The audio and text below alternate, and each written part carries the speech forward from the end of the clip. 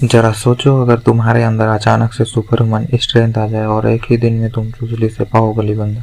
कुछ ऐसा ही होता है एंजो के साथ। एंजो सिटी रूम में रहने वाला एक आम सा चोर है। कहानी की शुरुआत में हम उसे एक महंगी घड़ी चुरा कर पुलिस से भागते हुए देखते हैं। पुलिस से बचने के लिए वो नदी में कूदकर दीवार से लगकर खड़ा हो गया ताकि कोई उसे देख न पाए। पुलिस के वहां से जाने के बाद वो वापस ऊपर चढ़ने के लिए नदी में पड़े एक बैरल पर चढ़ा।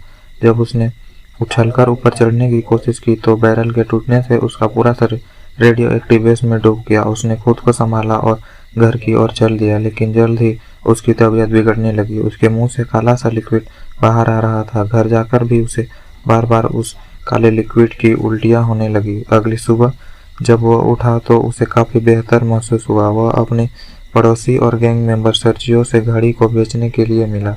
सर्जियो फेबियो नाम के एक गैंगस्टर के लिए काम करता था, जो कि इतना पागल इंसान है कि उसने एक बार अपने एक आदमी को सिर्फ इसलिए मार डाला कि वो उसके लिए गलत रंग का फोन ले आया। उधर सर्जियो ने एंजो को उस घड़ी के लिए 100 यूरो दिए और अपने साथ एक ड्रग डील में चलने को कहा। पैसे अच्छे थे तो एंजो मान गया। जब वो दोनों सर्जियो के घर डील के कुछ सामान लेने गए तो एंजो पहली बार सर्जियो की बेटी एलिसिया से मिला, जिसका व्यवहार थोड़ा अजीब था।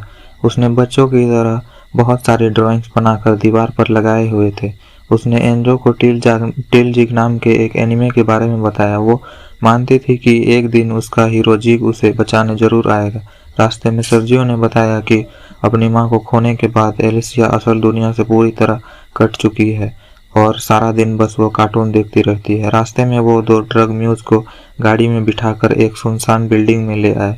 ड्रग म्यूज वो होते हैं जिनके शरीर में सर्जरी करके उनके ड्रग्स के पैकेट उनके डाले जाते हैं ताकि पुलिस को पता ना चले। उनमें से एक के पेट में ही पैकेट फट जाने से ओवरडोज से उसकी मौत हो गई।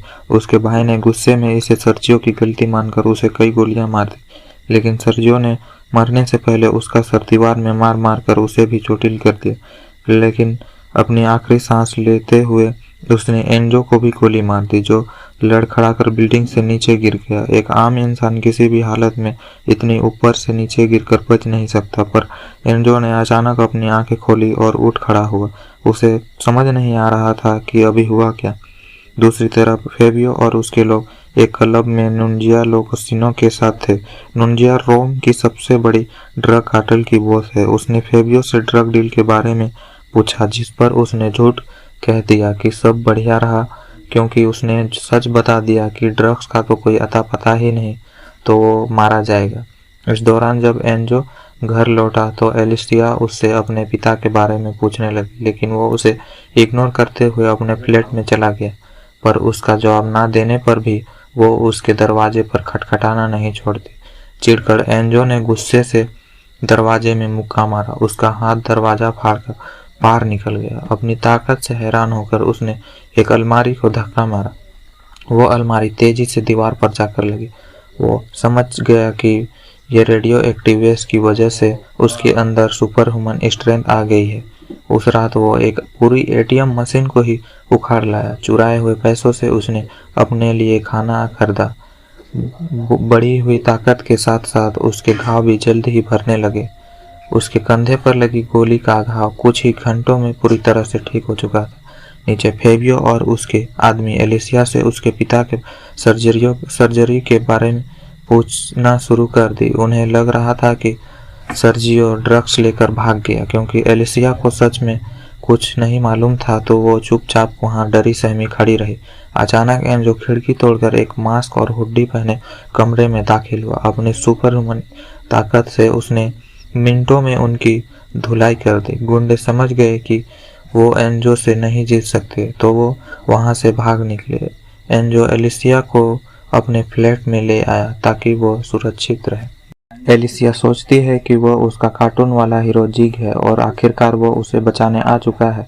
उसकी दिमागी हालत का ख्याल करते हुए एंजो ने भी उसकी हाँ में हाँ मिला दी। दूसरी तरफ फेबियो ने एनजीओ के एटीएम मशीन चुराते वक्त रिकॉर्ड हुए सीसीटीवी फुटेज देखी, जो कि इंटरनेट पर वायरल हो रही थी। उसे पूरा यकीन था कि ये वही आदमी है जिसने बीते दिन उनकी पिटाई की थी। तभी फेबियो का राइट हैंड एंटिनो वहां आया और उसे सलाह दी कि उन्हें नुंजिया के पैसे जल्द से जल्द लौटा देने के लिए लोन ले लेना चाहिए, लेकिन फेबियो ने कहने लगा कि इसकी वजह से वह एक बैंक की गाड़ी को लूटेगा जिसकी प्लानिंग उन्होंने पहले से ही कर रखी है। दूसरी तरफ एनजीओ को भी सर्जियो के कागजों के बीच उसी बैंक की गाड़ी को लूटने का प्लान मिला। अगले दिन फेबियो और उसके लोग बंदूकों के साथ गाड़ी का आने का इंतजार कर रहे थे, लेकिन एनजो ने पहले ही गाड़ी को रोककर सब कुछ लूट लिया। फेबियो ने एनजो पर गोलियां भी चलाई, लेकिन वो उनसे बचकर भाग गया। रात के समय एनजो और एलिसिया ने एक साथ बैठकर उसका फेवरेट एनिमे देखा। जब वो एलिसिया के थोड़ा करीब आया तो वो डर गई और जोर जोर से रोने लगी। पता चलता है कि किसी ने पास्ट में उसे सेक्सुअली अब्यूज किया था। अगले दिन वो एनजो से बार बार अब उसके पिता को बचाने के लिए कहने लगी। एनजो उसे एक बंद पार्क में लेकर आया जहां वह अपनी ताकत से बिना बिजली के उन राइड्स को चलाने लगा। उधर फेबियो और एंटिनो के बीच झड़प शुरू हो गई, क्योंकि एंटिनो कह रहा था कि उन्हें जल्द से जल्द नुंजिया के पैसे लौटा देने चाहिए, फिर चाहे वो उधार लेकर क्यों ना लौटाना पड़े, जबकि फेबियो इस बात से सहमत नहीं था। एंटिनो की उसकी बात न सुनने पर फेबियो ने गुस्से में आकर अपने कुत्ते उस पर छोड़ दिए। उन्होंने एंटिनो को मार डाला। दूसरी तरफ एनजो ने मॉल से एलिसिया को एक प्रिंसेस ड्रेस दिलवाई जो वो हमेशा से चाहती थी। बाद में एनजो ने उसे सर्जियो की मौत के बारे में बताया और रोते हुए कहने लगी कि एनजो ने उसके पिता को बचाया क्यों नहीं। उधर बैंक की गाड़ी से पैसे चुराने की खबर सुर्खियों में आ गई और एनजो सुपर क्रिमिनल के नाम से फेमस हो गया। फेबियो भी अब वैसे ही सुपर ह्यूमन ताकत हासिल करना चाहता था। अब एनजो से नाराज होकर एलिसिया एक बस में चढ़ गई, लेकिन एनजो ने अपनी ताकत से बस को आगे बढ़ने से रोक लिया। उसने अंदर आकर एलिसिया से माफी मांगी। वो उसके साथ चलने को राजी हो गई, लेकिन एनजो ये भूल गया था कि उसने अपना टोपी और मास्क नहीं पहना है।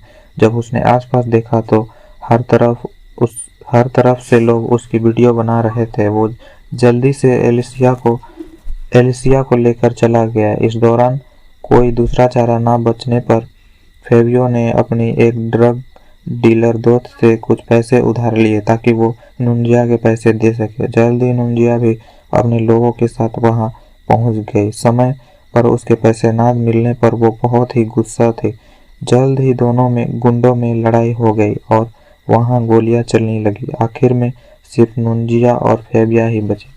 अपने अड्डे पर पहुंचकर फेबियो ने देखा कि उसके सारे आदमी मारे जा चुके थे। तभी एनजीओ की बस को रोकने वाली वीडियो टीवी पर दिखाई गई। फेबियो ने तुरंत उसका चेहरा पहचान लिया और उसे ढूंढने निकल पड़ा। उधर एनजो और एलिसिया भी किसी दूसरे शहर में भागने की तैयारी में थे, क्योंकि पुलिस को अब एनजो की हुलिया का पता चल चुका था। वो दोनों एक होटल में रुके जहां पर फेबियो बंदूक के साथ टपक पड़ा और उसने एनजो को ट्रैंक्विलाइजर गन से बेहोश कर दिया। जब उसकी आंख खुली तो फेबियो ने उसे डॉक टेप से पूरी तरह जकड़ा हुआ था। उसने एलिसिया के जान के बदले उसे अपनी सुपर ह्यूमन स्ट्रेंथ का राज बताने को कहा। एलिसिया की जान बचाने के लिए एनजो उसे नदी के किनारे ले गया और पूरी बात बताई। फेबियो को उसकी बात पर भरोसा नहीं हो रहा था।